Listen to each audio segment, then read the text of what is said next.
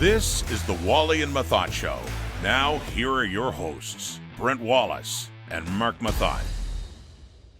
Hello, everybody, and welcome to the Wally and Methot Show, brought to you by BEI Bonisher Excavating Inc., helping to shape the Ottawa Valley. I'm Brent Wallace. He's Mark Methot, who found out that he's not a roofer, but he's got shingles the other day. Oh, yeah, Wally, it wasn't very pleasant. I never thought a 36-year-old could get shingles, right? And then I kind of mentioned it on Twitter, and a lot of people were coming forward telling me what their experiences going through it. It's not fun. I got it around my tailbone, so sitting down and anything like that is a real pain. But so far so good. I'm not sick today, so I feel better. Finally, something that's put you in the chair that's not me, that's making it more painful for you. I like that. We hope you get a speedy recovery. I know it can linger. And we've heard awful horror stories of what it is, but I wish you all the best in that recovery. Is it going to affect you this weekend when you're supposed to be in Pembroke? I think Saturday, Sunday. Do you want to tell us about that? Yeah, I'm going to be signing some autographs at that hometown hockey tour. They're stopping in Pembroke this weekend. I'll be doing autographs 2 sessions, 2 days in a row there on Saturday and Sunday. So I'll be sitting on the shingles for about an hour and a half at a time. It'll be a lot of fun. But no, joking aside, I am looking forward to it. It's a great event. And if anybody feels like making the drive out there, that's where I'll be. Is that the Pembroke Memorial Center? Is that where you're going to be? Yeah, where the Lumber Kings play. That is correct. Perfect. A great barn, by the way. I love playing in that building. So go check that out. Also, I got a bobblehead of yours I'd like to get signed. So I'll probably try and go out there and see if I can meet you. If that's all right. Why am I not surprised, Wally? I got some reason. I got like 2 bobbleheads of yours. But anyway, nice. I just need to get them on eBay for Christmas. Okay. Well, let's just move on to the headline, shall we? The Sens with a big win on Thursday night in Carolina that nobody really predicted. I did. You were unavailable yesterday, so I did the Sports Interaction thing, and I was wrong on all counts. I said Carolina was going to win, that they were going to do the over-under at over 6. It was a 3-2 victory for Ottawa, and that the puck line would be -1.5, and it was actually wasn't that. So I'm 0 for 3 being the Wizard Wally, I guess we'll call it. So I hope you're back for tomorrow, and we'll get that settled as they take on Carolina. But the streak is over right now for the Sens. They finally snapped their 6-game losing streak with a win in Carolina. But Meth, did they really win that game, or did Carolina lose it? Carolina had 49 shots on goal. Yeah, and it's funny. We were going forth a little with you guys, and I was going back and forth a lot with Bobby Ryan. We're just kind of shooting it about his new experiences on Twitter and talking about the game. And it was the first period, and we were going back and forth during the intermission, and we were kind of both in agreement that at some point the Sens probably will let off the pedal a little bit. You'd think that the fatigue would set in, being on a back-to-back against an excellent hockey team in Carolina, and on the road, no less. I think what most people don't realize is how hard it is to play in that building for whatever it is. I don't know what my record is there, Wally, but it isn't good. So, the Sens previous 20 games in that building, they had only won 3. Carolina was 17-1-2 against Ottawa in 20 meetings. Yeah, sure. And I'm not kidding. I feel like my record there when I was with the Blue Jackets isn't a far cry from that with Ottawa. So not an easy building to play in. And again, against a very good team. We all had them losing last night, I think. I love DJ's comment after the game, Wally, and I know you loved it too. A gutsy effort, a gutsy win. So, in a minute we'll get into all the details, but I'm happy for them. You know what? They were shelled. We all know that. We looked at the shot count. Forsberg was an absolute beast, stopping almost 50 shots. You can't sustain that, but that doesn't matter. At least they snapped the streak. And now you get a little bit of confidence under your belt as a team collectively.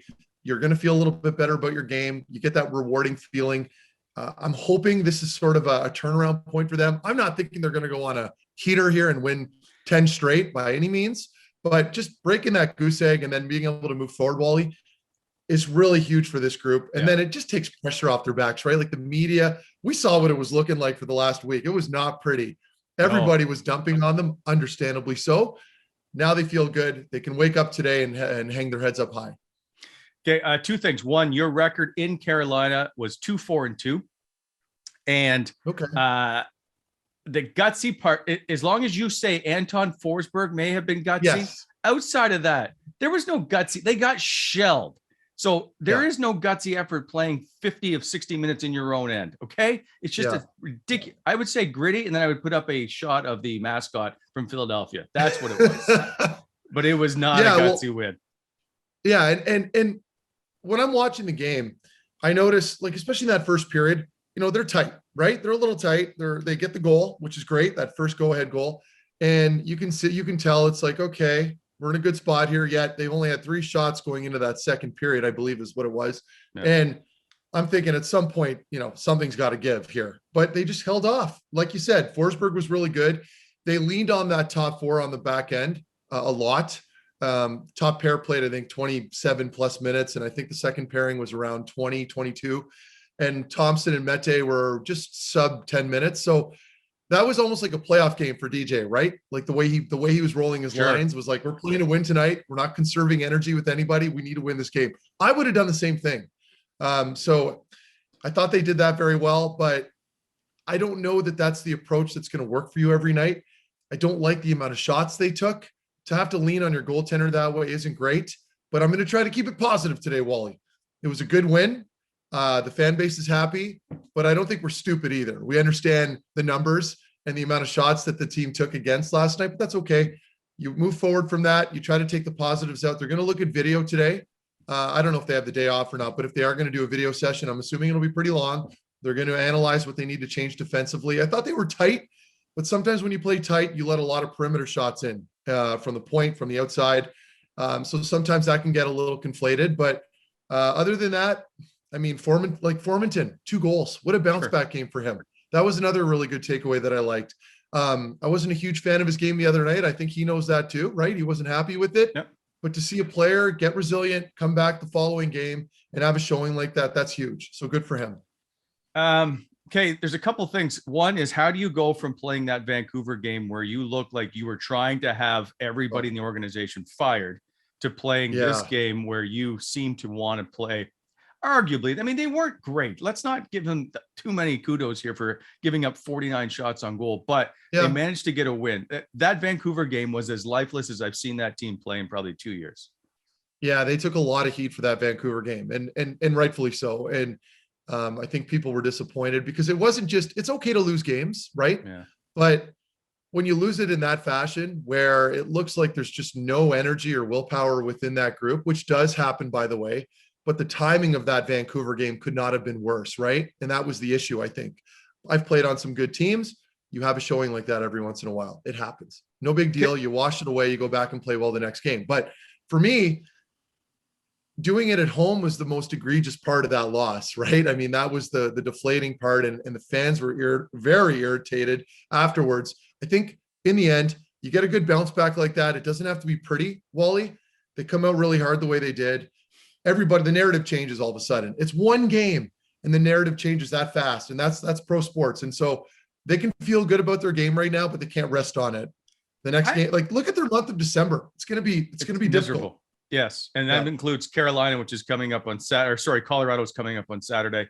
And how they're going to try and contain that team they just got Nathan McKinnon back. They look fantastic.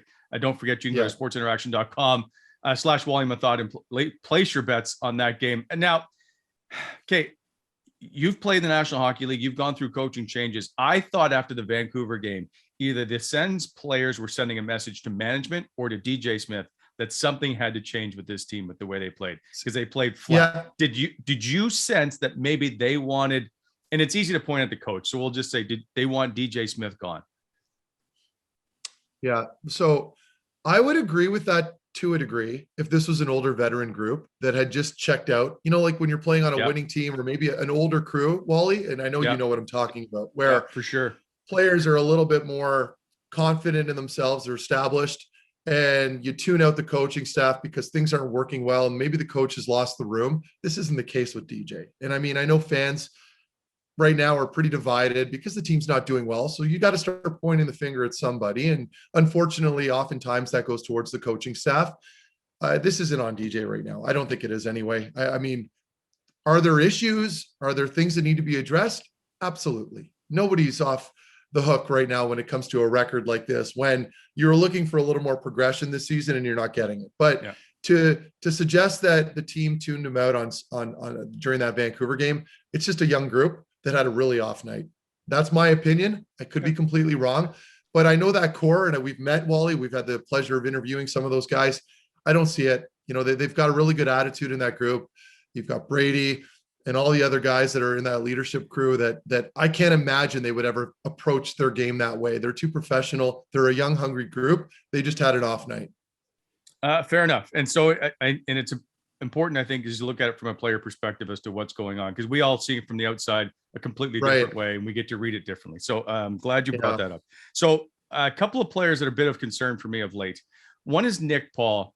And I don't typically like to go there, but he's got 3 goals on this season, and that's it. 3 points. He's the team worst right now, -13. I know that can be skewed a little differently here. Is there concern with his game right now that maybe maybe the expectations are too high the way he finished last year, but should we be getting more from Nick Paul? Yeah, I don't think that's unfair. I mean, I think it's good to hold players to a high standard when they've played the way they have been. Like with Paul, you saw the way he played last season, particularly toward the end. And then of course the golden goal and the really good world championship outing that he had. So I think the expectation level for Nick Paul was pretty high this season. But when you collectively have a tough start the way they have been right now, it affects everybody. Look at Thomas Chabot.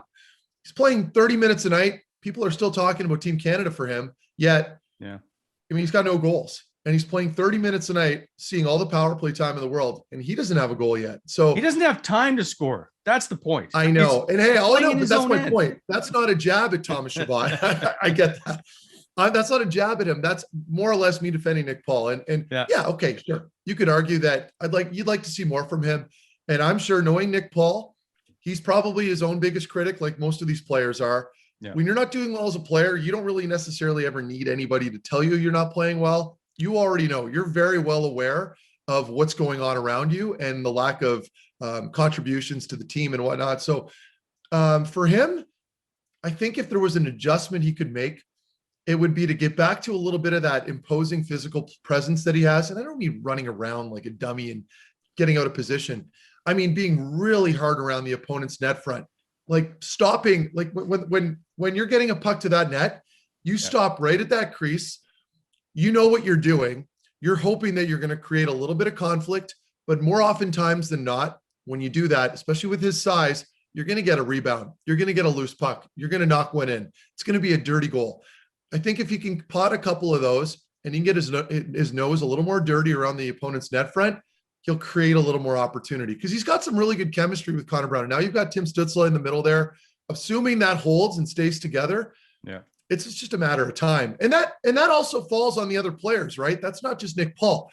That's also on your line mates. That's also on your decor. There's a lot at stake. When you're playing half the game, 65% of the game in your own zone, you're not going to get a lot of looks offensively, Wally. And I know you know that. I know I'm preaching to the choir, but I think my biggest takeaway, I'll repeat it one more time. I'd like to see him get a little more dirty, get to that opponent's net front, and just be a bit more of a shit disturber. He's such a big guy. Like you've seen him off the ice. He's a big dude. He's imposing. He can use that, especially in today's NHL. He used to be Alex Forman before Alex Formanton was Alex Formanton, and now he needs to go back to being a little more Alex Formanton, if you get my point. Yeah. Right? Yeah, it's a good example. That guy that just goes to the net, creates havoc. Okay, so the other night against Vancouver, Tyler Ennis was a healthy scratch. At the time, he was the 5th highest scoring player on the team. I don't know if that I really cared that much that he was out of the lineup, but he gets put back in and gets 2 points against Carolina. He's now tied for 4th in scoring. Did you sense there was a need to take him out of the lineup? Of all players? They're always going to play. Yeah, Wally, that's a good question. I don't know what the right answer to that one is, because I thought he looked great in Carolina. You see those setup plays that he made. He was great, and they complement each other well, right? Like, when you're playing with a guy like Forms or some fast players, and you're Tyler Ennis, he's got really good vision. He sees the play really well. He's had to his whole career. He's a very small player, so you've got to compensate in other areas. So your vision, your skating ability, your puck handling has to be better.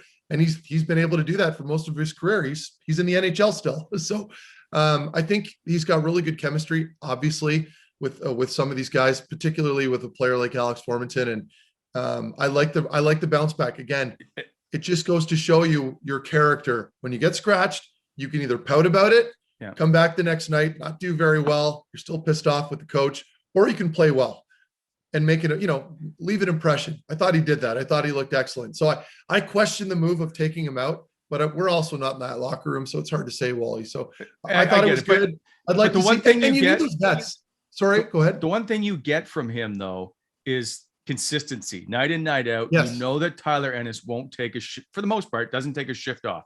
He just competes, and he's very smart. So, I know you took him out to put Adam Gaudette in the lineup, who was playing his first game as a Sens and picked up off waivers, but I just didn't know that it was Tyler Ennis that probably should have paid that price. But maybe they knew. I don't know. Maybe he's battling a minor injury. Maybe they knew something that we didn't know. But just on the outside looking in, I would have had Tyler Ennis probably in my lineup. I think they need a little bit of veteran presence when they're losing like that.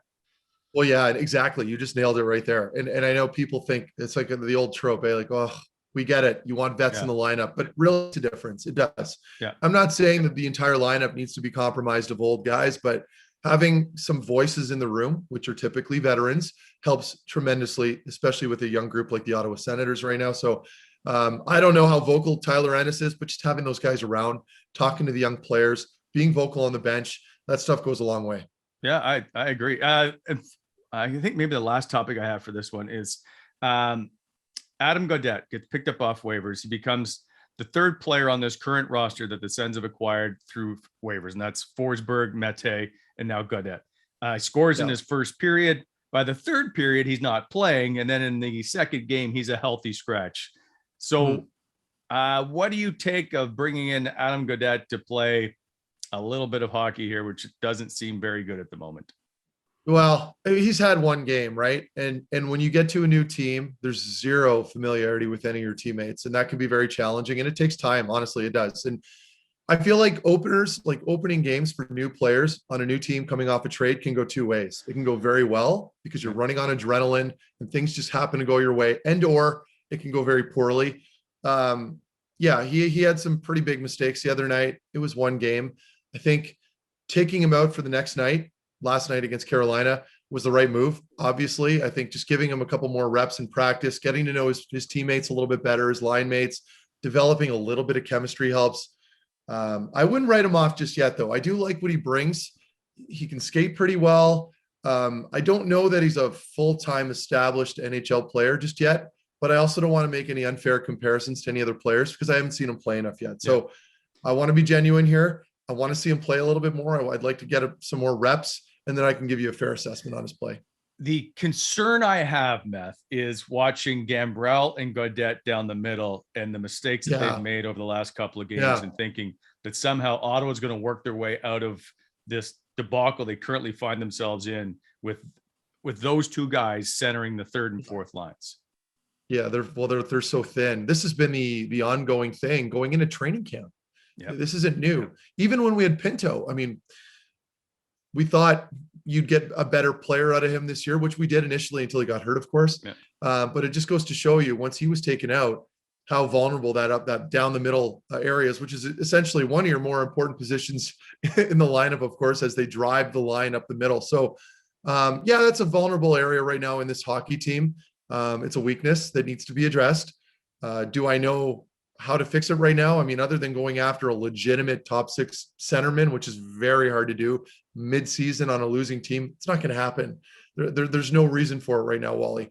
I think the team is what they are. They're just going to have to ride the bus until the end of the season, going into the off season, until they can start maybe making some changes then.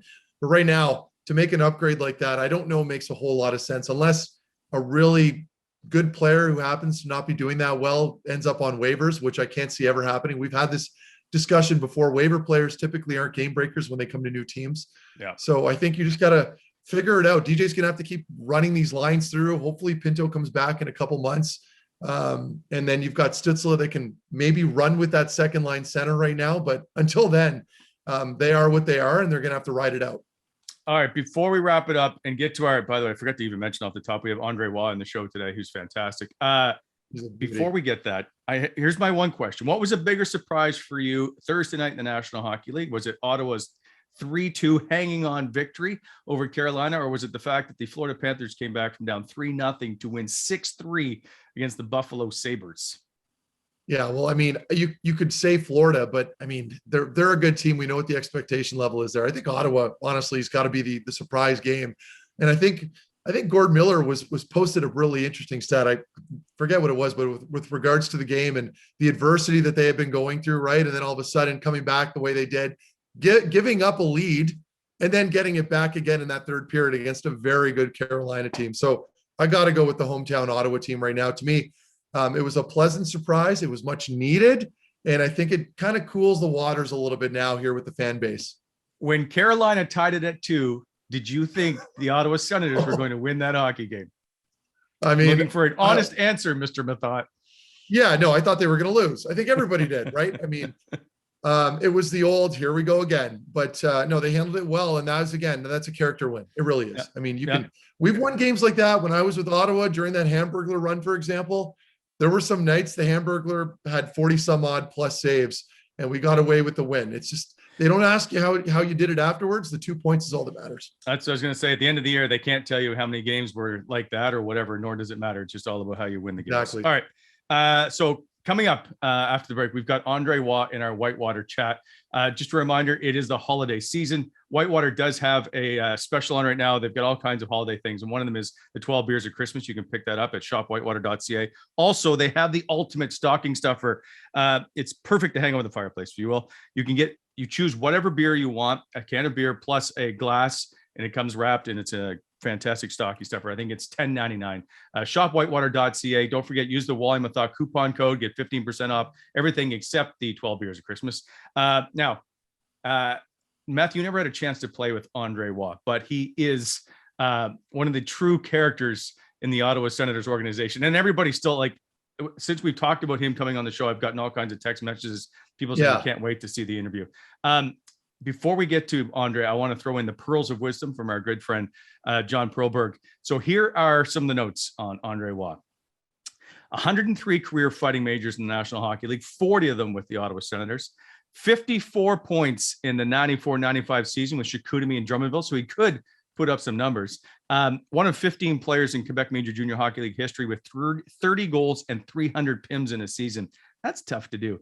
And the first Senator player to score his first career goal versus the Toronto Maple Leafs.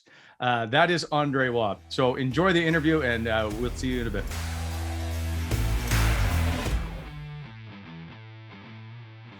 Screw this. I'm recording it.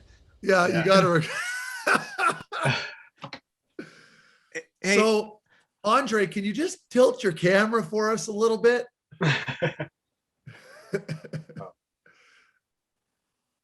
And maybe turn your microphone on too while you're at it. I don't know. Yeah, there he is. It's connected. Okay, we got it. Woo! Hey, fellas. Hey, buddy. How's it going? Andre, turn your fucking camera. Oh, fuck. This way? Oh, yeah. Yeah, is that better, Wally? Is that it's sideways? It should. Is it locked? Like, is the Yeah, you might have to unlock. So you're unlock the camera so it like so you fill the screen. That's what I was doing. I was going sideways this way. Hey, right? There we go. Hey, nailed That's it. how I do it usually. Fuck. First try. Yeah, I didn't comb my hair. I didn't have any more dippity-doo in my compartment hair. So, yeah. How's it going, guys? Going good. Great. How are Hey, you? Brent. Yeah. It's been a while, eh? A little bit. Yeah. Yeah. Now that you're a big TV star, you don't have time. No, you guys didn't reach out. That's like, Spitting Chicklets, all those guys, they don't reach out. They're just big stars now. And, I'm just a nobody, but I'm glad to reach out, I'm glad you guys reached out, so, yeah. You're the first, I think you're the first French Canadian. Is he not the first French Canadian we've had on, Wally? Well, you. No, I think there's someone Jacques, else. with Jacques Martin. Martin. Oh yeah, sorry, Jacques Martin. Yeah, you're right. Well, I think Andre needs to work on his conditioning. He's an individual that brings a lot of toughness to our lineup, and it's important that Andre do a little bit of extra to improve as a player and be part of this going down in the playoffs. Thank you, Jacques. Oh, that's amazing. I was going to get to Jacques. Brent, look at this. Hey, what? Hey, there you go. Hey, Andre, Nice. Back in the days, I big didn't- head, you know. I didn't Looks know like you had Dennis this. Lambert or McGrattan, but they only did one. They only did one, and I asked if I could keep it. Well, actually, I stole it, so I left with it when they traded me. Oh God! So, what do you do now? I do bachelorettes for ladies that are getting married. No, just kidding. I work with RDS since I retired. My first year, I was just kind of wondering what I was going to do. So I was a year off, just trying to think of the future. I was like 34, so obviously a lot left in front of me. So I slowly started going to RDS, just doing stuff in studio during the playoff run. And then slowly I participated in a show. It's a 2-hour show in studio, and it's called 5 à 7, like 5 to 7, you know, and they bring in all kinds of different guests. So I go in there. I still go once or twice a week. I do more fun stuff. Like I could play a guitar song once a month. Let's say I'll write a song and make a little guitar on whatever's going on in the sport world, you know. So it could be on OV racing for the gold to be the top goal scorer. It could be on Carey Price, whatever. So that, and I do like bloopers plays of the week also. Plus I have a show. It's called Offshore 2.0. I go around the league and see the French guys established around the NHL. I actually did something with Mark a couple of years ago. So that's one of the reasons I'm here today. It was tough to say no since Mark said yes way back. But if Mark would have said fuck up, I would have said fuck up. Fair enough. Hey, you talk, Andre. I don't want to get too serious. You mentioned something right off the top there when you mentioned retiring. I retired around 34 as well. And I had a really tough time with it. Like that first year was brutal because you just lose all your sense of purpose, right? You know, you're used to being on this strict schedule and all of a sudden it's gone and you're still very young. So like how hard was that for you? And like, I mean, I know you got with LDS and all that stuff, but like until that point, what were you doing? Oh man, it's so hard. Like you mentioned, like it's just, we're used to that routine, you know, since we're kids, going to the rink, seeing your friends, whatever. Then you go junior, professional, same thing. Summertime, you work out, you show up at camp. But that first year, I'm at home, and I was kind of hoping to get something from my agent. You know, he's like, stay in shape, you know, you never know. And then the months passes, you know. Camp started, then I had an offer, KHL. I was like, well, I'm not sure if I want to go there. So I actually called some of the Russian guys I played with, like Gonchar and Malkin, just to see the team that wanted me. I think they wanted me mostly to go fight there. And I was kind of past that at 34, you know, so...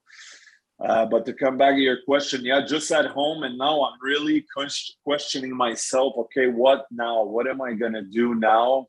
And that's why it's important for guys to still have a little backup plan on what you're going to do, you know.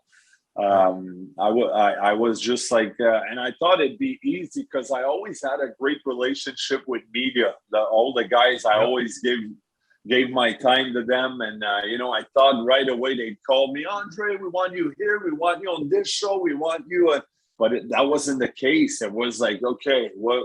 So it was tough. It was, I was a lot of frustration. Yeah. A little bit of, I would say, even depression, like not depression, like sucking my thumb in a little ball in the basement, but close to that. I mean, my wife was good enough, and the kids, you know, helps out to see them, and just to do family stuff. I know guys that I was more of a fourth line guy, energy guy. Obviously, if I could just retire and know that I don't really need to work, just be with the family and do family stuff, that probably would have helped a little more. But I still needed to do something. I knew I still needed to do something just so, because, money goes by so fast too. After when you retire, your lifestyle, everything changes. So all that started cycling, going through my mind. I was like, okay, I gotta do something. And then the media kind of slowly going there, just bring my sense of humor and my personality. I slowly started like that. But that 1 year there, I played in the beer league, and instead of drink 2-3 beers, I drink like 16 beers because I didn't know what to do. but it was, for sure, it was definitely a tough time of my life. Yeah, I'd say. Yeah. It's the lack of purpose. I totally understand what you're at and what you're like. You need something to focus on and something to do. Yeah. I'm going to go back to you getting into the NHL. You're a 6th round pick of the Boston Bruins. Did you think that you were going to play in the National Hockey League, being 151st overall? I think it was. I always once I got drafted in the NHL, I had a foot in the door, like most of us, and I believed in my capacity. I thought I changed my style coming in junior. I was always people say, oh yeah, but most of us minor hockey, I was always a top player, big guy, scored some goals. In junior, I kind of slowly changed my style because I just wanted to get drafted. That's how the fighting came along. And I remember a guy telling me, you're tall. I was skinny, but I was feisty. And for sure, guys will try to fight you. If you back down, you're probably done. So that kind of stood in my mind. Okay, so I just have to maybe fight and make room for myself, earn that respect. So that's kind of how it started. So I started fighting, got drafted, and by the Bruins, who are a tough organization. I was like, I think, you never know. I just want to make it to the next step. I knew I needed to go in the AHL. So in my mind, it wasn't really the NHL. I was more aiming for the American Hockey League and maybe learn how it is with the pros and older guys, how the game is played. So once I signed my contract out of junior, I started believing that, I can make this. It all depends on me. I didn't like fighting, honestly. I did it. I just wanted to, and once I got there, I just did it to stay there. So, but I believed in myself. Once I signed with the Bruins, I said, I think I can do it. I needed that 3-4 years, I'd say, of maturity and confidence wise. I wasn't ready, I think, mentally. At 2021, I got called up by the Bruins. I was 20 years old, playing the Buffalo Sabres, Ray, May, Barnaby, Bugner.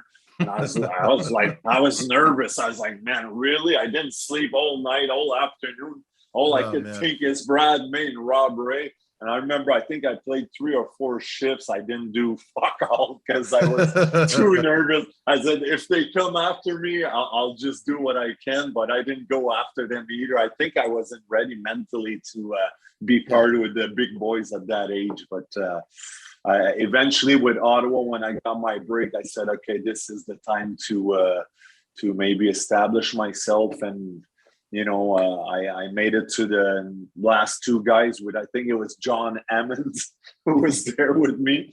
And I was staying at the hotel, and Jacques brought me in his office. Well, I think, Andre, you can find a place to stay. You're going to be part of our team. I want you to keep improving, work. No, but just kidding aside, Jacques told me I could find a place, and I need to still work hard. Then I remember my reaction. I was like, for real? And I was like, I wanted to hug Jacques and just kiss him and whatever, that was like a dream come true for me. So long path, but when I look back, I'm still proud of what I accomplished in the NHL. Yeah, Andre, you had a really good career, and you were super liked in Ottawa, because I know when I got there and you showed up, the Andre Waugh stories started coming out. A lot of them I can't share on the podcast, but you mentioned something about the fighting. early on, and obviously I played with a lot of guys, a lot of tough guys, and they've had to change their game from junior to AHL just to stick around, right? And that's, for me, the hardest job in hockey. There's no question. So did you ever like to fight? Like, was fighting ever something that you got comfortable with? Or was that always something that gave you like a ton of anxiety the night before where you were struggling with it? So much anxiety. I don't get when I hear guys, I loved fighting. It was awesome.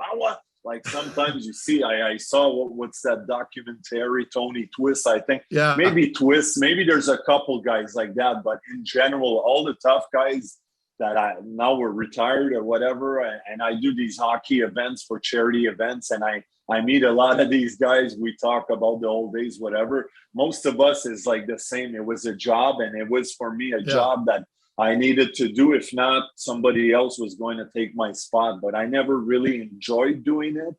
But I understood to stay there. It's what I had to do. But so much anxiety for sure, especially when I knew something happened the game prior with a guy, or I needed to maybe do something like to fight one of the tough guys in the league. Like I remember, like when I started with Ottawa, when I fought, we played the Leafs Domi, and it was always nerve-wracking facing Ty, Wade Belak too, obviously, but Brashears, and I remember Bugard, even Simon, the guys the first year.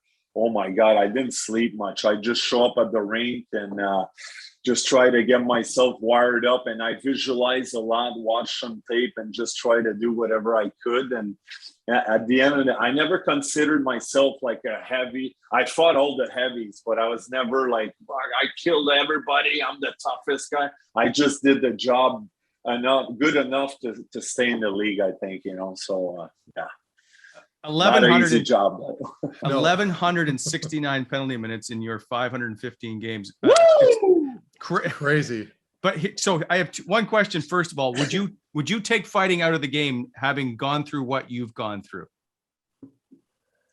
No, that's a tough question. I know like the game's already changed a lot. There's not many fights anymore, but I think we still need it because it's such a high tempo game.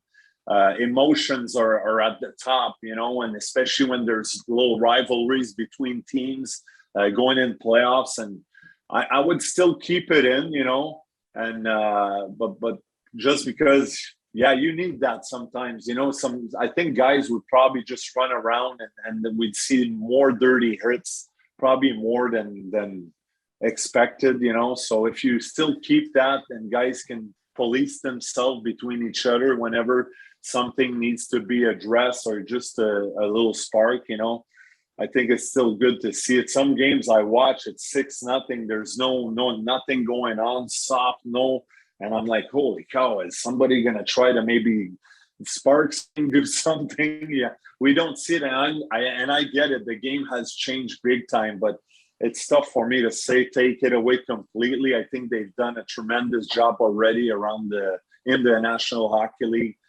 Getting just guys that are there to fight, so like it is right now, I think it's at a right spot. I don't know, Mark, what do you think about it? And you, I totally agree with you. I like to think that fighting should be taken out of the game is such a naive take. They don't understand that players police themselves, right? It's a contact sport, and you can't, like, it's not like football. I know football is very physical, but it's completely different, and there's flows to the game. You need to have those guys there, those deterrents, so that little rats aren't running around making dirty hits and plays all game, right? So yeah, exactly. You what played about you, Brent? No, well, when I played in Junior B here, I was a goalie. But Billy Smith was my idol. I appreciate the deterrent factor, but I look back at all the other leagues like NCAA hockey or international game. There is no fighting. So I'm just not a big fan of, and there used to be when you played, and especially during like the heyday of the Battle of Ontario, fighting was just it was supposed to be the drop the puck, let's fight and do that kind of stuff. I'm glad that stuff is gone. So I appreciate the deterrent. I just didn't like all the other nonsense that went on with it. Yeah, that I gotta agree. The stage fights that we call, just off the face off everybody. I understand you're trying to, because I've been in that position, but understand you need to spark your team, but now we're in 2021. It's completely different. You just go in, energy, forecheck, throw some hits, and if you have to respond, you can still do it. And I know in all these college, university, there's no fighting, but a lot of times there's hits and stuff that guys, I'm sure they would like to fight guys that play like a style like, let's say, Sean Avery, Steve Hott type, I don't know, just get under your skin, sometimes you want to grab that guy, you little rat, and Brad Marchand or whatever, but like I said, we're in a good spot, I think, right now. I have a million questions. I want to ask you about all the coaches you've kind of played for, because you've played with some of the hardest coaches I can think of. But first, take me through the Battle of Ontario, because like I said, the heyday of that was when you played, and the, I don't know, I'll call it nonsense that it transpired. What was it like? Because it was never about goals. It was just about either winning the game and who fought who. So, with these games that you saw coming up on the calendar, how did this play out with you? Yeah, it was pretty intense. I remember my first year is pretty much me, Kevin Deneen on that fourth line.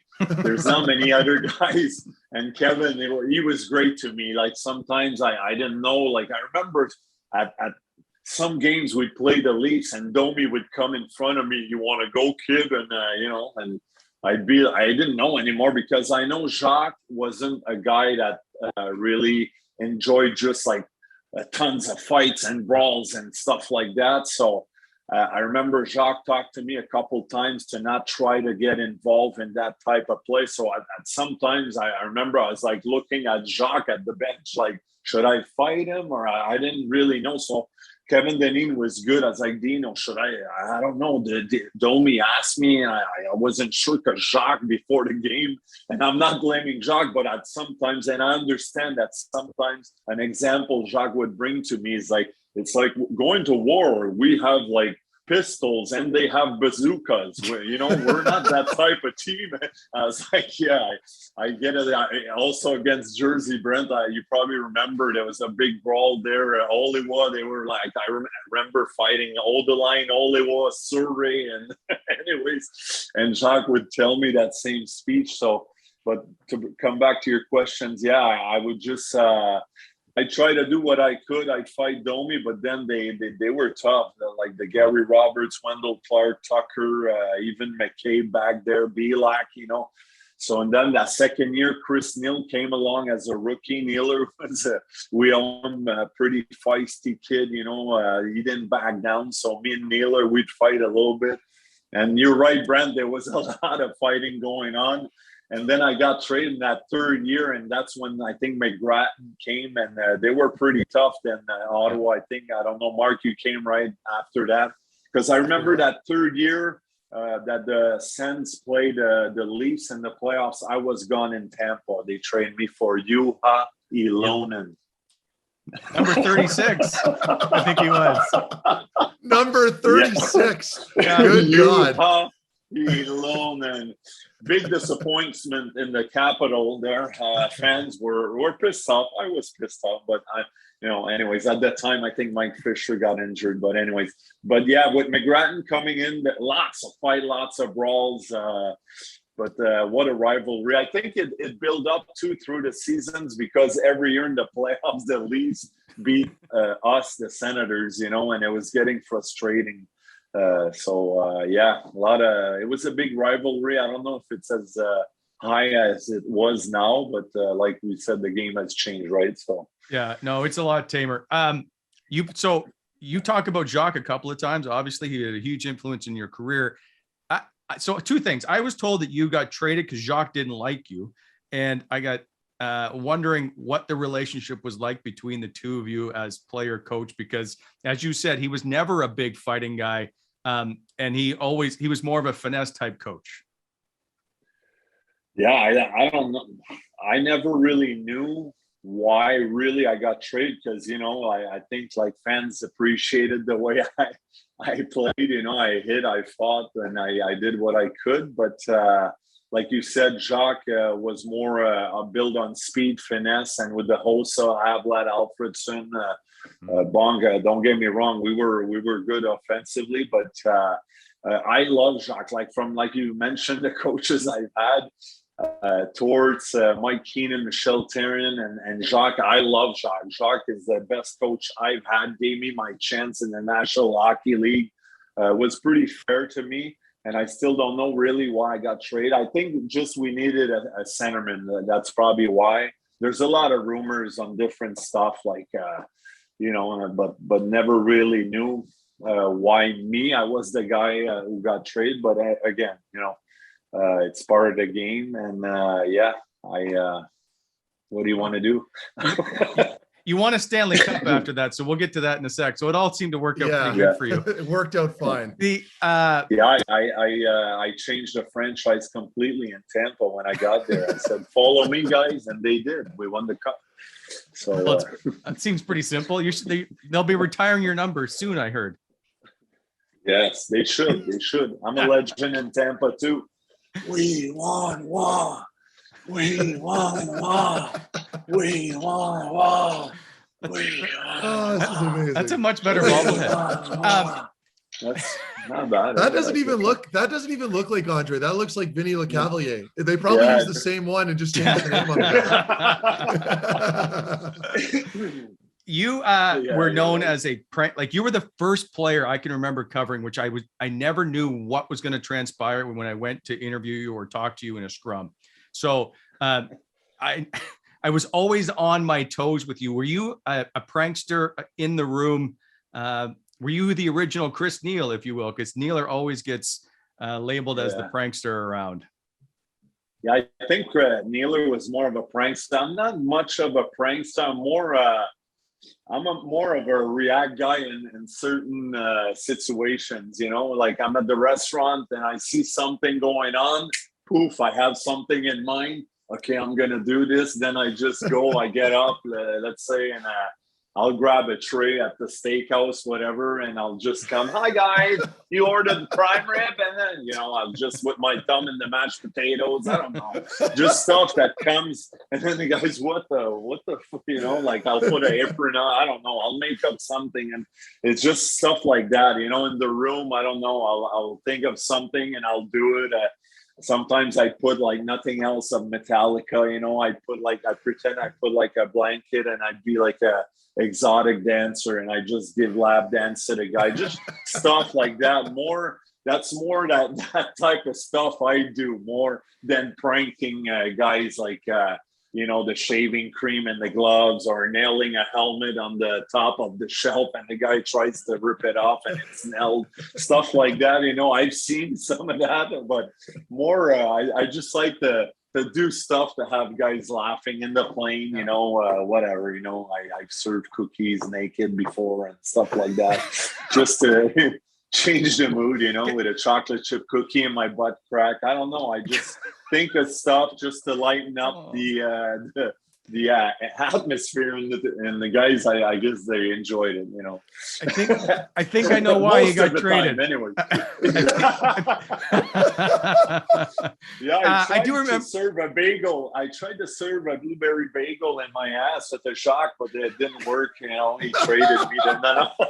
I'm just kidding. But I remember I was too wild at points. Well, I can see Jacques just turning beet red. You wore a clown nose one time in the locker room. I can remember that. Was there one player that didn't appreciate your sense of humor more than others? Well, nobody's never said anything to me, if they did, I don't know if they would have said anything, but I think in general, guys enjoyed it. And again, I'm not just clowning around nonstop. Like when it's game day, time to prepare. Obviously, I try to get ready for my game and prepare myself for whatever team we're facing. But, on days off, on the road, whatever, it's such a long season, the calendar, all traveling, and that's why I like to bring something different, because every day we go through meetings, videos, and it sounds, especially when you're losing at one point, guys are like, "Oh my God, I'm just sick and tired of the Mark A." So that's when I try to change the mood, just do stuff and keep it light and fun. But Yeah. So what was the question again? Was there any one player that didn't appreciate your sense of humor? That's right. The only thing I'd say maybe like Alexei Yashin, I don't know, but Yash is different and never really laugh. Like I remember that year I came in, he was holding out because he wanted more money on his contract, then finally needed to come back to fulfill his 1-year contract left. So Yash did come back before they made the trade with the Islanders and Chara, but Yash was just there taping his stick, and whatever I do or on the bus, Yash would just be like there. And so Yash, a really good team guy, a good team guy. But he's just quiet and he does his own thing, and his face, I don't know. I was like, does he have fun sometimes? But he's a great guy. I mean, when I talked to him, I was like, hey, Yash, we're going to Morton's for dinner. There's 12 of us. 12 of us going. Do you want to join us? No, you guys go. Then we go to Morton's. He's sitting by himself eating steak, so I was like, fuck, what the fuck is it? Like, why did he like so there's guys that are maybe different like that, but I in general, I think everybody had a good laugh, and as long as you don't over abuse, like just clowning around nonstop, but I choose my appropriate time to just know when to do fun stuff, I gotta go. What was that year like when Yashin came back? Because I'm covering the team, and now the fans are they're furious with him. He bailed on the team. He's no longer captain. Did the room care? Yeah, it was. But I think that year we're still pretty successful. We were a good team that year. I think with Yash there. Yash's a great player too. I think he helped us offensively, and also for him, it was kind of a year to prove himself if he wanted to get a good next contract. So I think he tried, but like I said, he did his stuff, came at the ring, taped his stick, went on the ice, practice, left, lunch, came back, did it, played his game, shower, see, he didn't get involved much, but I think as a team, we kind of got used to it. We said it's Yash, he does his stuff. There's always guys that are more quiet. They do their own stuff. But as a team, I think everybody else, we enjoyed coming to the rink and doing our stuff, joking around, even Yash was there just doing his own stuff. I don't think it bothered or affected the team, but we kind of, got used to it and just went along with it, so, he still helped us out during the season. Playoff time, obviously, it didn't go like we wish, but yeah, that's the game. I want to get to your coaches because you played for John Tortorella twice. You talked about Michel Therrien, obviously Jacques. I'm missing somebody, and also you played for Gerard Gallant in the ECHL, I think it was, or the IHL. Yeah. You've had a few coaches that are really good and obviously really tough. Where would you put Torts on that list? Did you have a good relationship with Torts? Yes and no. Torts is a good coach. X and O's, he's a well-prepared coach. A lot of video, a lot of PPPK, even our system, forechecks, breakouts, neutral zone. He's great on that. Torts is just like a guy, he's kind of like me, hot temper, I think he's a guy that will react a certain way. Like sometimes we see him angry and that, and next day he'll probably regret how he reacted, and he'll bring you aside and maybe have a talk with you and that. But in general, we won a cup together. It was great, but we had a great year, that run. Obviously things were going wow. We were first in our conference. When how our things are when you're winning, and we're getting days off. Things were great, but when things are tougher, you lose more games. That's when there's more situations, more. So with Torts, it was good, and sometimes it was just. I think the last maybe years I played for him was a little. He was a little harder on guys. Me, just. But, without getting in all the details, there's just stuff that he said to me or the way he acted towards me. I just sometimes I kind of lost respect from how he managed the situations with me, So that's all I could say maybe about Torts. But in general, he's a well-prepared coach. He's there. He's hard. He's there to motivate you. But sometimes, it can cross the line and it can get out. Because it'll work with some guys, or it will work on a short term, but a long term, nonstop, it's like it gets old, I think, and that's, I think, how guys, maybe some of the guys, lost, maybe is, I don't know, what's the word, lost the room. Yeah, lost the room. Yeah, I guess that would be the appropriate word. The other coach was Mike Keenan. You played Calgary your final year with Mike Keenan. Yeah. If you had to play your whole career with John Tortorella or Mike Keenan, who do you pick? Well, Keenan, seriously, maybe because I was older. That's my last year. I was 33, a veteran in the league, and he was pretty good to me. He didn't really do anything bad to me. I think there was still a respect towards me, but I heard Mike Keenan, let's say 15 years before, it probably would have been worse, because I heard when he was in Chicago, stuff he did was wow, but that was the old school stuff. But he was good to me. But again, he's a coach that's demanding also, you need to work. If you don't work, you're not going to play. Torts is the same. And I think on the young guys, a lot of mind games, and Torts too. I think there are very similarities. But I don't know, tough to say. I played longer for Torts, 5 years total, I think, in Tampa. I kind of know how he is, but just the way he finished, I don't know if I'd be a healthy scratcher sitting on the bench. So I don't know. Maybe I'd go with Keenan, maybe. But who knows how Keenan would handle the situation.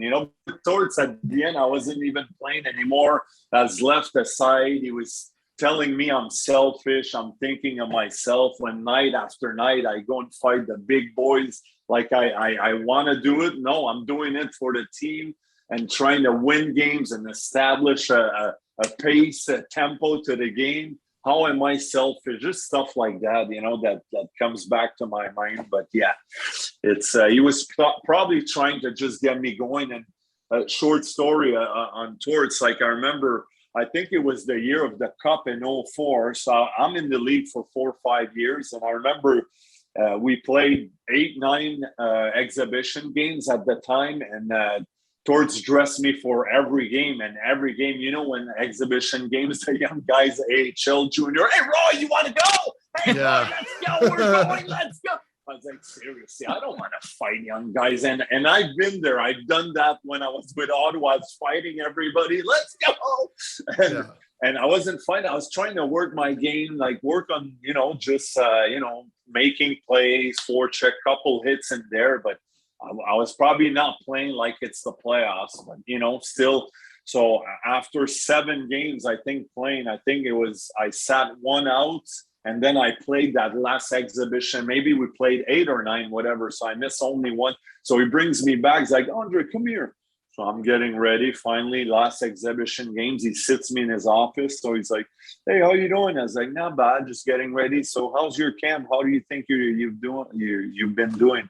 I was like, well, not bad. I just trying to get involved a little more, not as much fighting. I don't know if I fought in those 7 games, maybe once, but a quick one, gouge the eyes, throw the guy down, that's it. And spit on him, here you go. But so I just tell Torts, well, working on my game, different stuff. He's like, well, I tell you what, Andre, I'll be honest. You had a shitty training camp. You haven't shown shit to me. And, I'm telling you now, Andre, there's guys ahead of you right now. I'm not sure if you're going to start on our roster at the start of the season, game 1. I just want to be honest with you. You haven't shown me shit, and there's young guys pushing, and they've been tremendous so far at camp. So just so you know, so you don't pout and know that, like, just like stuff like that. It's like, well, no, you know what I can bring towards it. Just, it's preseason. You want me to fight everybody? It's not about fighting, just getting involved. The way you approach game to me, you haven't shown me so. I'm like, all right, go get ready for your game. So I get off the office and I'm pissed off as, I'm like smoke coming out of my ears. What a fucking, so I'm pissed off and doing warm up that we're playing Carolina. I remember first shift, I jump on the ice. Joey Tetarenko comes right at me. Tough guy, He's like, hey, Roy, you want to go? I'm like, fucking rights, we're going. I dropped the gloves. I fought Tetarenko, and I went at it. I was pretty mad, I did pretty good. So I looked at Torts at the bench. Is that good enough for you? Are you happy with that? And I went to the bench and just skated the bench. I was staring at him in the box like I was ready to fight him next,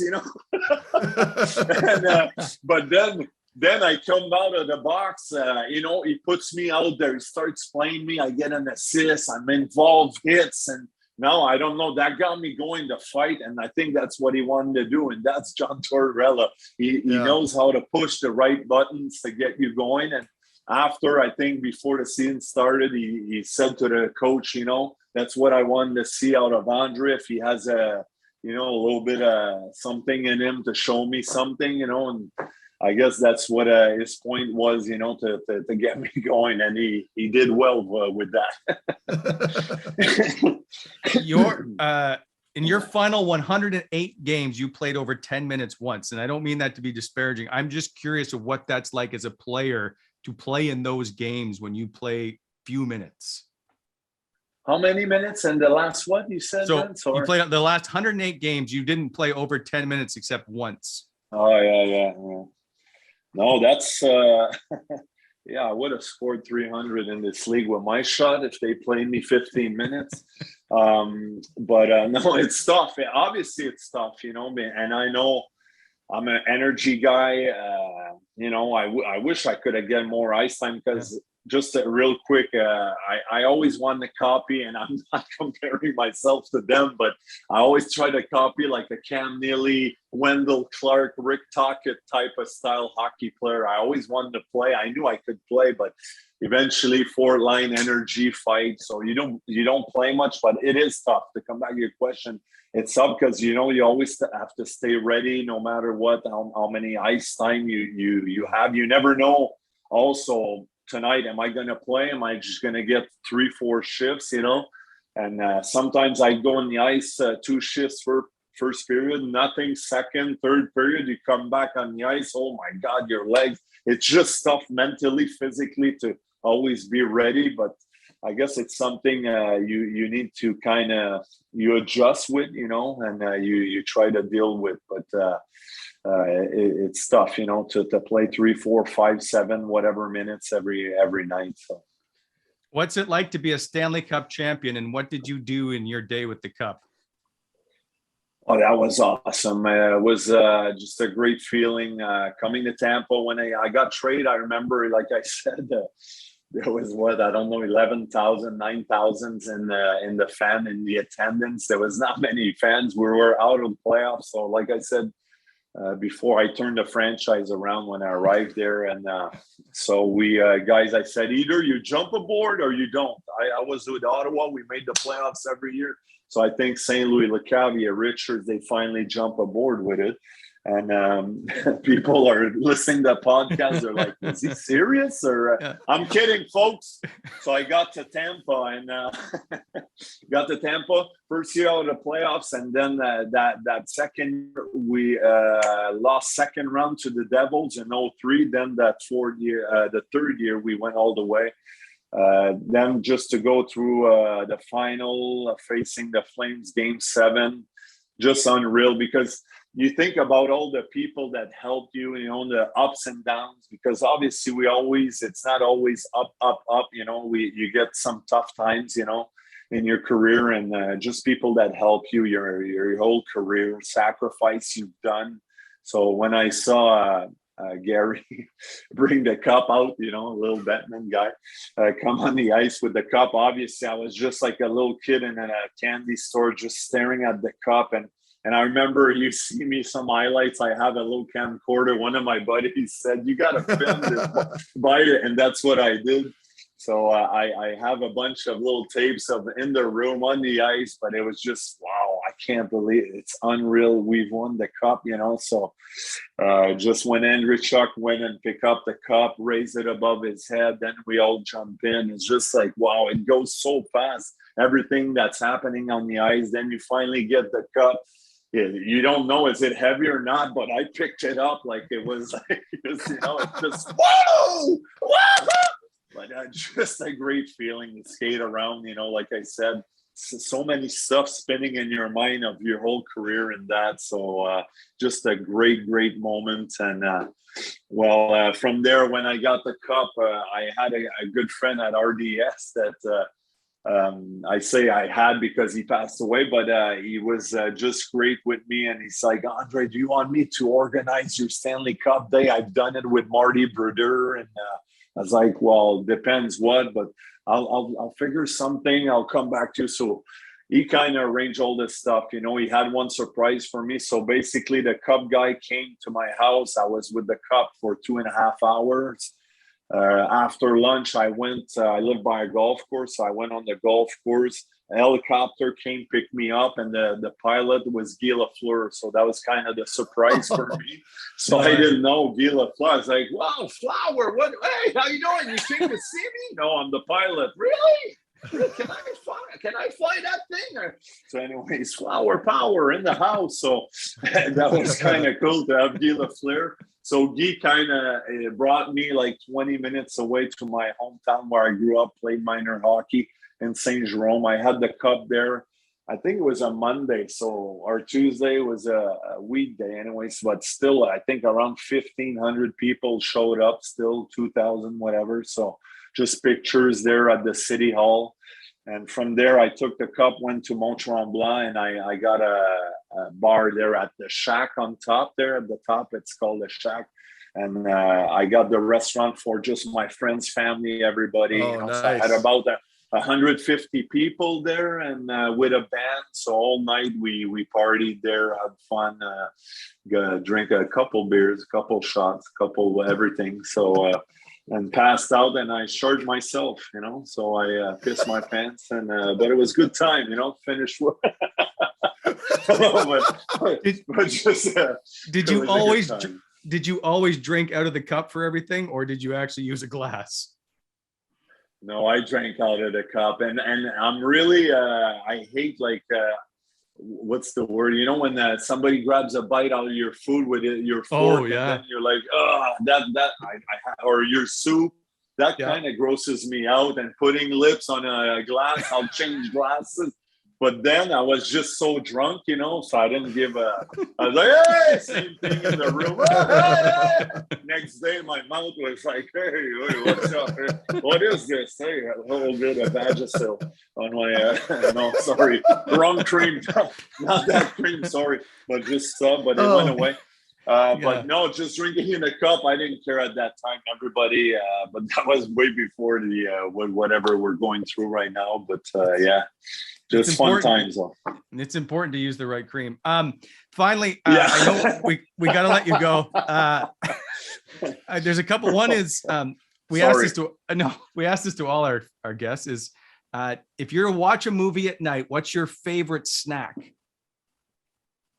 If I watch a movie at night, I love eating at night. It's a bad habit, but something I do a nacho with smoked meat on it. I love doing that. Wow. I'll pour tortilla chips, then I'll put salsa, I'll chop a couple tomatoes on top, maybe some red peppers, then the jalapenos, throw the cheese on it, then my smoked meat.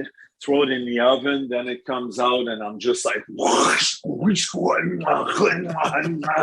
but then it's just, I'm not a sugar guy. I don't have a sweet tooth, so no donuts, cake, nothing like that. But I love like hot dogs, nachos, chips, stuff like that. Then I'm there for the pizza. Oh yeah, chicken wings. That's me. Yeah, that's my go-to for sure. Here's my final question, and it's because I appreciate how well you can do a Jacques Martin impersonation. Is if Can you tell me how Jacques Martin would describe the best game you ever played? Best game I've played. Well, Andre, I think I just want to bring you in to tell you the way you played last night. +2 through some big hits on some key guys.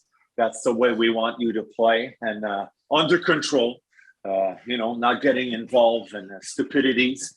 And if you play that way, Andre, I think you're going to be more effective for our hockey club going down the road. So I just want to make sure and mention to you that's how we like you to play, and just keep working hard on and off the ice, and stay away from Pigalle and Gatineau. That was excellent. Oh, it's so good. I wish we had more time. Okay. Andre, this is why after all these years, and it's been like 20 years since you played in Ottawa, you remain a fan favorite. You were always one of my favorites to talk to. So we appreciate you spending the time to come over, and we hope we can bother you again and when you're not doing stand-up or doing something else, and you'll come on. Hey, anytime, guys. It's a pleasure, Mark and Brent. I met you guys, and you're great guys. I wish you all the best. Keep doing what you're doing with the podcast. A pleasure, and we'll talk to you soon. I'll say hi to all the fans listening too. Thanks, Let's go, buddy. Ottawa, retire my jersey. Let's go. 2 sinks in the rafters. Let's go. See you, pal. Oh, that was great. Thanks, Andre. All right. Take care, Mark. Take care. Ciao. Thanks. See you guys. Bye.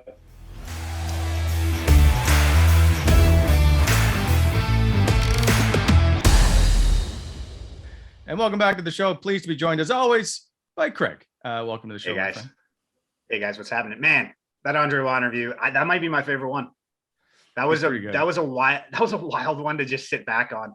And that's kind of why we posted the beginning of that. I didn't even know when the interview started. It just kind of happened the second he logged on. So it was a lot of fun, man. It's cool to kind of get guys like that who can go with the flow. They got a billion stories. That guy's a beauty. So yeah, that was a lot of fun. Normally when we bring on our guests, we always just shoot this shit for a couple of minutes just to set everything up and whatever, make sure the cameras are all good.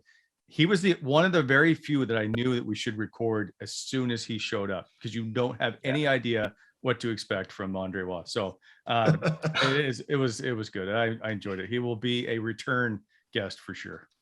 I hope so. Yeah, he was great. Boys, just something else I want to touch on before we get out of here today.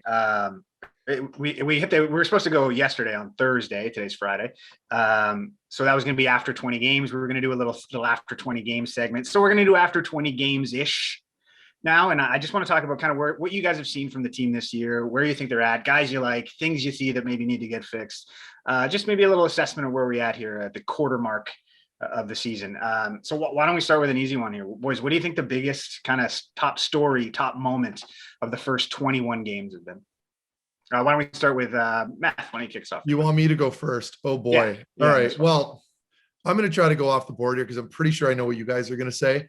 For me right now, the biggest story, it's probably just Matt Murray going down. I mean, I don't think I ever predicted their number one goalie getting sent down to the American League based on performance issues. So, for me, that would probably be it. But I'm hopeful that he'll turn it around and come back up and get back to normal, because I'm rooting for him. So we'll see how that plays out. Biggest storyline for me, and I can see how that kind of ties into that, is the fact they sit last in the league, and the fact that they were supposed to take a turn this year and a step forward and all that. And you can see the lack of depth in this roster and the struggles they've had in goal now make this team sit last overall. And there really doesn't seem to be an answer moving forward at the moment. They need to have significant changes made to that roster somehow. I understand there is no Shane Pinto and no Colin White, and they've had some injuries and they've had COVID, but they also have had a team that's not very deep. That's my biggest storyline. Yeah. Okay. Well, I mean, sort of kind of along the same lines here. Is there like a concern you guys have seen, like something maybe in their play, maybe a player, something that you think that like you didn't maybe necessarily think was going to be an issue? Like, is there what's the biggest concern this team has in your mind after the first 20-ish games here? Biggest concern for me would be their defensive play. They're just getting scored on way too much. And you don't need to be a top tier personnel team to play good defense. You just need a good system to follow.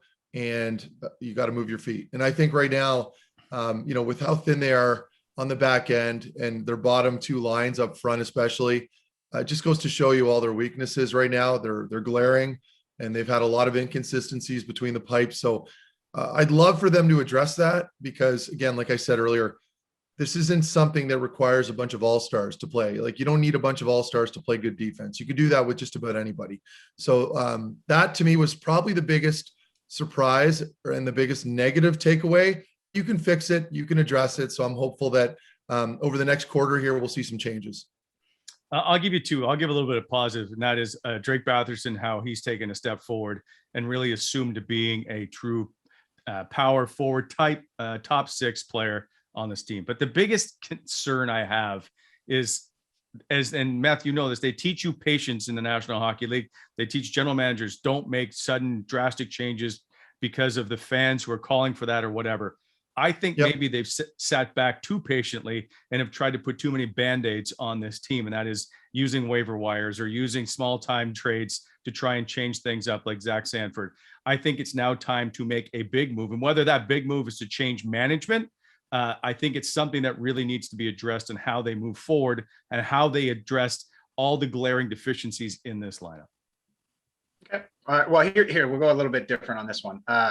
Who's a guy that you think maybe his play's trending upwards? I mean, we just saw Alex Formenton knock in 2 goals. Are there guys that you see their play? Thomas Chabot, we talked about him. He hasn't scored yet. Are there guys that you think are trending upwards for over the next 20 games here? Brent, why don't we start with you on this one? All right. Well, I don't want to go back to Drake Batherson, but it's easy. I like that guy. I mean, he missed COVID and he was still the team's leading scorer. He's a really solid player who I enjoy watching play. He's just fun. The other guy is Lassie Thompson. We've kind of already judged him, I think, a little too quickly to say he's already a bona fide NHL player, but he certainly seems to be a guy, at least in this roster, who can play in a defensive top 6 spot here for the rest of the season. I'd like to see where he can finish. I think he's certainly got a bigger upside than perhaps Victor Mete or some other guys that are on that blue line. Yeah, to jump on that Lassie Thompson train, that would have been my pick. I don't want to, and Wally just covered it pretty well there, but I love where his plays at. I know he didn't play a whole lot last night in Carolina. He played about 9:55, I think it was, or just under 10 minutes. Yeah. But his one-on-ones, it's not just offensively with the puck. He's a good skater. He's good at playing guys one-on-one. He's strong on his feet. That's what I want to see out of some of these D-men, especially the younger ones. So he's been a very pleasant surprise here in the more recent short-term games. But I think I'd like to see Thomas Chabot, just take another step forward. I know it's hard with the lineup and with the way things have been going, and he's playing a ton of minutes. But I'd really like to see him take the reins on that power play, maybe create a little bit more. Easier said than done. I was a defensive D-man. Perhaps I have no business criticizing anybody when it comes to their offensive play. Let me ask you this question, and this is not a facetious question by any stretch. He does play 30 minutes a night, and he leads the team in shots, or at least he was the last time I checked. What more, and I mean this sincerely, what more does he need to do in order for you to say take that next step? Yeah, well, when I say take the next step, I mean just start producing some points. I mean, it's all fun when you're playing a ton of minutes and you're contributing as much as you can. But there were a couple plays last night, one in particular, I'm trying to remember what period it was in, where he had a really good opportunity to shoot the puck. Like, he had a wide open lane. I think they were on the power play, and he opted to make the pass over to the flank. And I think his partner could have been the winger. Josh kind of fumbled the puck. Yeah, it could have been Norris. So you remember the play, and so that's kind of an example of where I think maybe offensively right now his confidence is out, which is completely understandable, because when you're snake bitten the way he is, we saw it with Tim Stützle, it can affect your game, and it can really affect you mentally when it comes to those offensive zone sequences. So that's all I'm saying. I'm nitpicking because I wanted to pick Lassie Thompson, but I'm just gravitating over to another player that I'm a huge fan of. And if I could, if we could just, and I'm sure he knows what's going on. I'm sure he's trying to address it. He knows his own play better than anybody else does. But I think, getting a little more production out of him would be huge, because again, you look at that back end, there's almost zero offensive production right now out of those defensemen. And I think that's affecting the group as a whole. Okay, man, good answers there for sure. We mentioned Lassie Thompson. Is there a prospect or a young player who's maybe caught your eye over the first 20 games? And it doesn't need to be in the NHL either. Like, is it an NCAA guy? Is it Ridley Gregg, Team Canada? Is it somebody in Belleville that's come up and played well? Like, is there a young player whose stock you've maybe seen in your eyes has risen a little bit to start the year? Well, I'll start, and we are contractually obligated to say Igor Sokolov. So that is the stock answer. We can just move on to the next question. Ridley Gregg is certainly a guy that's been interesting. I mean, Jake Sanderson gets all the attention, no question. I just, and we've said Lassie Thompson's name a couple of times. From what I've seen from him from training camp last year, when I thought he was actually pretty good and then didn't play much and he was on the taxi squad and whatnot, to where he is now, I think there is a definite bona fide upside to him that makes me want to see what he is capable of doing. So I will take Lassie Thompson. Yeah, and I'm not going to sit here and pretend like I know how the players down in the American League are playing. I could, but and we just touched on Lassie Thompson like crazy. So for me, I think I'll just keep it very honest. I'm just hoping that these defensemen coming up, like we're talking about Sanderson, Bernard Docker in Belleville right now, Clevin, all these guys, these potential players that we're going to see in the National Hockey League over the next couple seasons.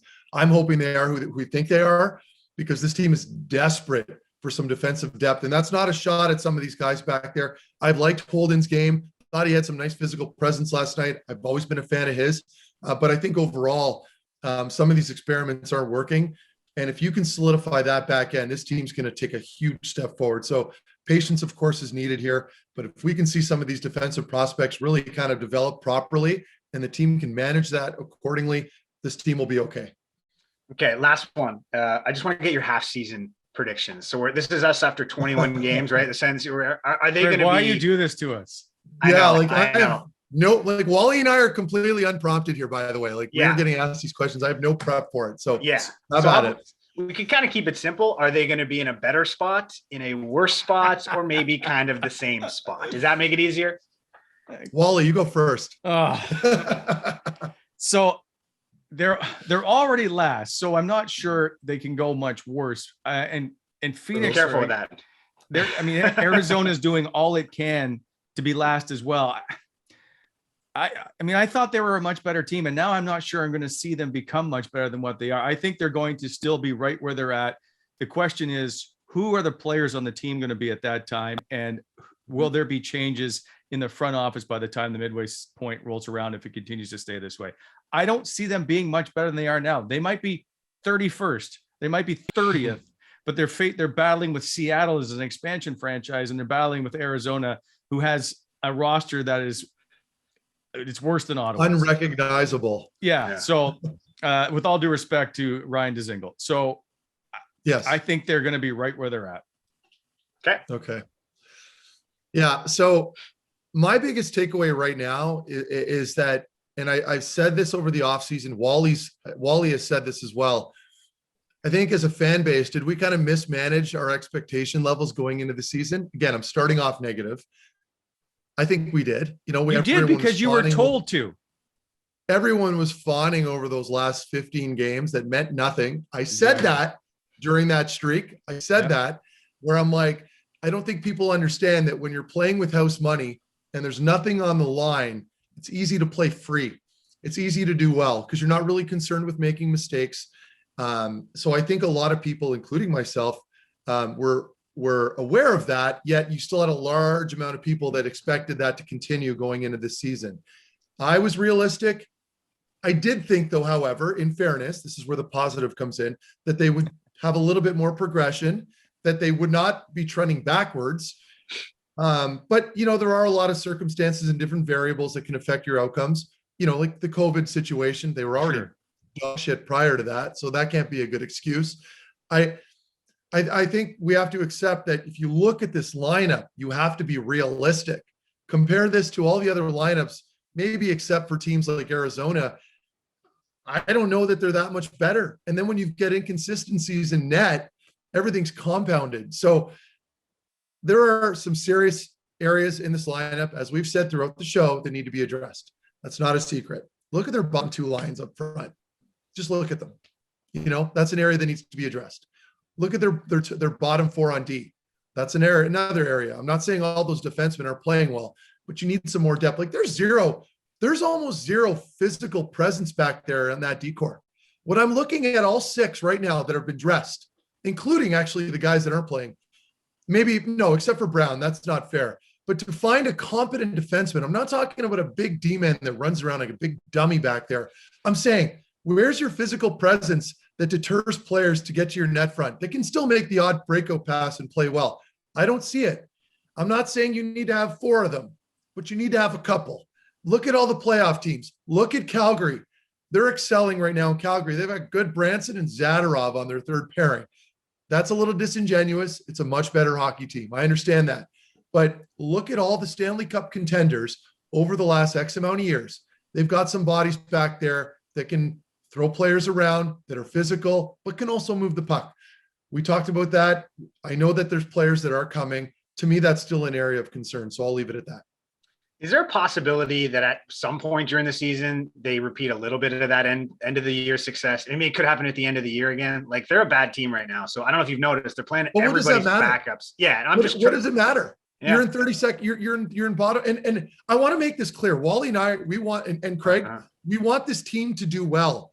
We don't enjoy coming on here and doing this. I'm an ex-player. I hate being a pessimist. I hate being negative. I want to talk about the good things, but when you're dead last, I'm sorry, but this is deservingly what's going to happen. People are going to be extra critical of your team, and you can only fluff up this team so much. And eventually you have to give an honest take, and that's what we're doing. So I don't want people I'm just saying this because I want to clear the air. I don't want people to think, oh, they're just being negative. They're not being positive. No. We're being fair. And this is an honest truth. So they could go on a 10-game winning streak at the end of the season. It won't matter. They need to do it now. They need to show some, and I'm not expecting this team to win every other night. That's not reasonable. But if they could pull off the odd win the way they did last night in Carolina, at least we'll have some good talking points, and at least you'll see some positive stuff happening on the ice moving forward. Okay. Yeah, boys, that was good. That was fun. We got another rough 20 games ahead of us here, I think is what we're thinking. Hopefully, man, December's a beast too. So, well, here, Wally, what do you think's like? Are they over 500 this month? Like, what are you thinking? No. They already matched last month's win total, so that's good news. Yeah. Okay, hang on. So they're ahead of the game there.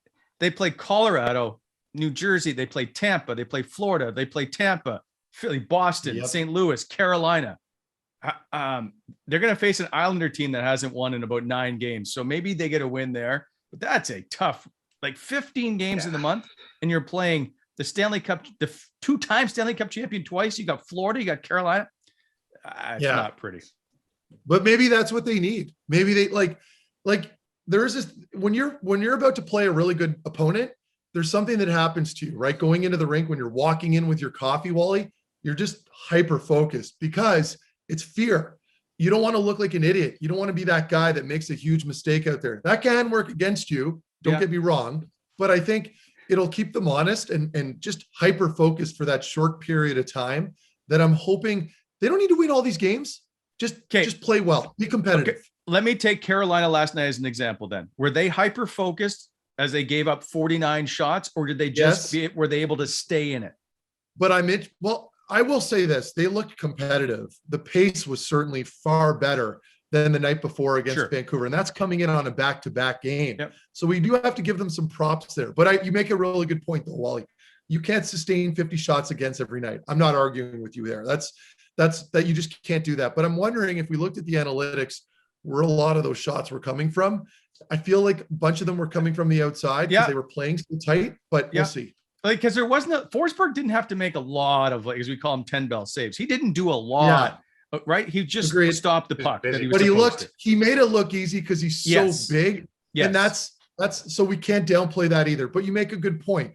There weren't any like big breakaways or glaring. Well, they had a couple big chances, but nothing like we've seen over the last month. So that's all. That's my only thing with this team is that we've now, because they won, we're going to say well, look, they hung in there against the Carolina team that was really good. They hung on is what they did. So that's all. Yeah, fair enough. Nice. Okay. Well, that was it, boys. Good work on those ones. I'm excited to see if what did we call you? Are you Wally the Wizard or the Wizard Wally? You need your prediction name now. I'll let you choose. I'll leave that up to you to decide. Okay. You can't pick your own nickname, apparently. Yeah. Okay. Well, maybe it'll be worse then. We'll see. But yeah, anyways, there's some stuff there to watch. I mean, at least they. Yeah, you were right, Matt. They looked a little better last night, so that was good. What were you gonna say, Brent?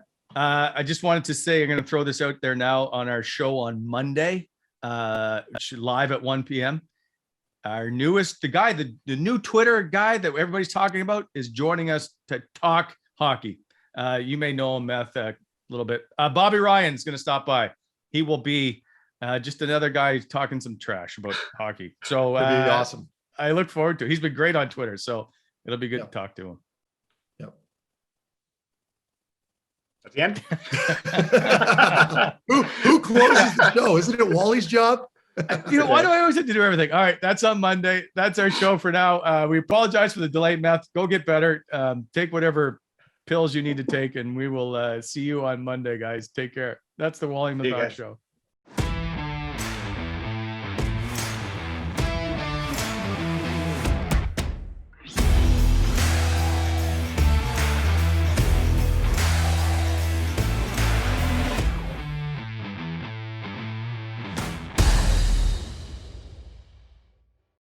All right, nice work, boys. Oh, hang on. Just give me a sec. Who is this? Hello? Bobby canceling. Hello? Hello? Okay. They hung up on me.